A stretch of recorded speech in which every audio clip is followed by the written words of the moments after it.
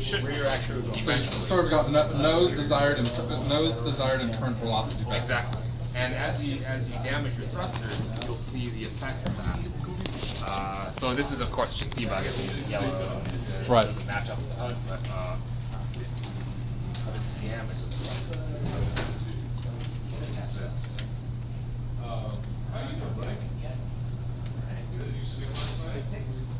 You should see these thruster icons turning red. Right. Successfully damaged. Gotten really good at drifting around asteroids.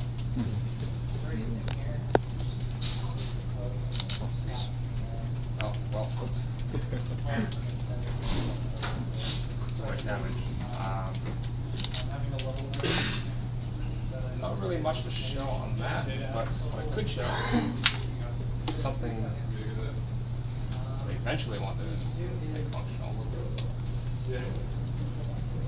So you've seen the cockpit concepts for the various ships.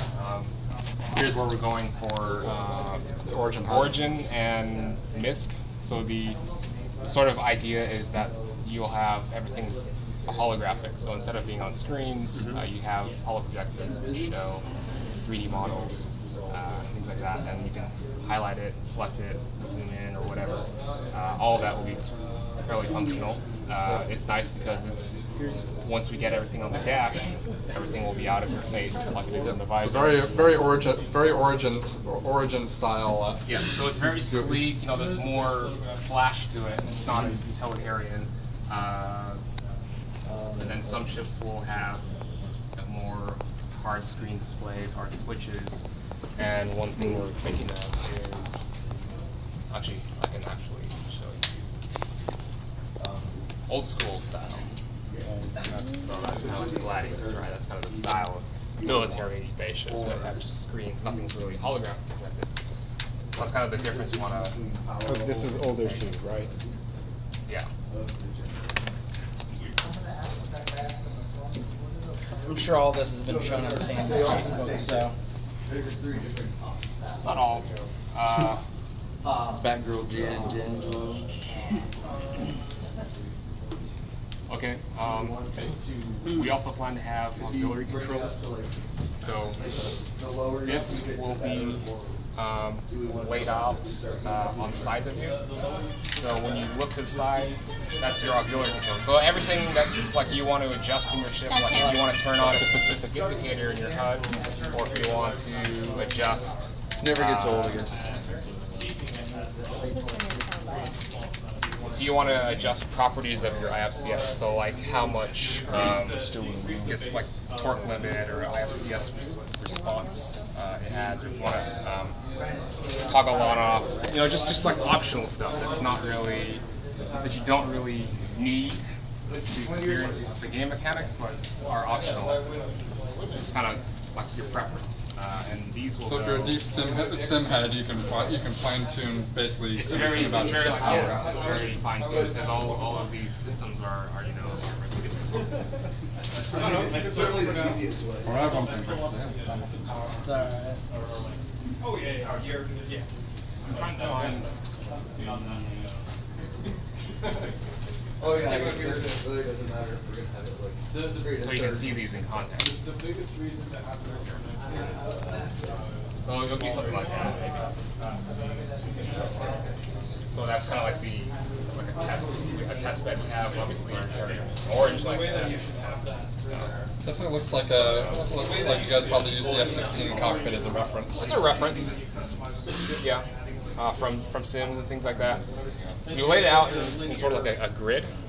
You see that you have like 4 per row. And then you can actually upgrade a particular subsystem, and from that upgrade you can get more options or more granular control over particular subsystems. You upgrade each individually, and if it becomes complex enough, eventually this might turn just into like an LCD screen. Yeah. That's kind of like the sort of the modularity one we want to go with this. And of course, for the holographic projection, what you see to the side is probably more of like an LCD interface for the whole thing instead of switches. So. Now, are you guys going to change like how the Hornet's set up? You got the 2 panels that come out, or even on 300 eyes. I mean, Right. Both sides look the same. Is there going to be any changes to where they're different instead of being identical? Right. Are you talking about like mobile panels that kind of extend out, or just kind of general placement? You've seen the ones that, like on the 300i, when you look at the dash, the same control buttons and everything are all the same on both sides. Yeah. Really Oh should. yeah, you mean like the placeholders? Yeah. Yeah, those are just placeholders. Eventually, those will be replaced by actual functioning interfaces that we interact with. And so sometimes they'll be maybe on the sides of you, sometimes they'll be down here. But the idea is that we have particular templates of where these things are. So then that way we don't have to create something special and unique for each individual ship, because that would be a lot of work. But we can at least get some variation in different cockpit types, like a single-seater versus a two-seater, in a multi-crew versus a capital ship. We'll have all different templates. And there may be like it's really on the call of 3D modelers, but you might have different templates for each particular type. So just to minimize the work that needs to be done, standardizing and making sure everything is readable and within range and not out of your screen and all those kind of considerations. They're blocked. That is awesome. Cool. That is so All right. Well, you guys want to follow me, and we'll go on to the next station. Thank you very much. nice seeing you.